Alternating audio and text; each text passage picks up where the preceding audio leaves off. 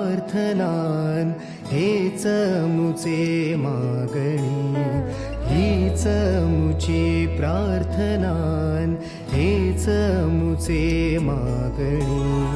माणसाने माणसाशी माणसा सम वागणे,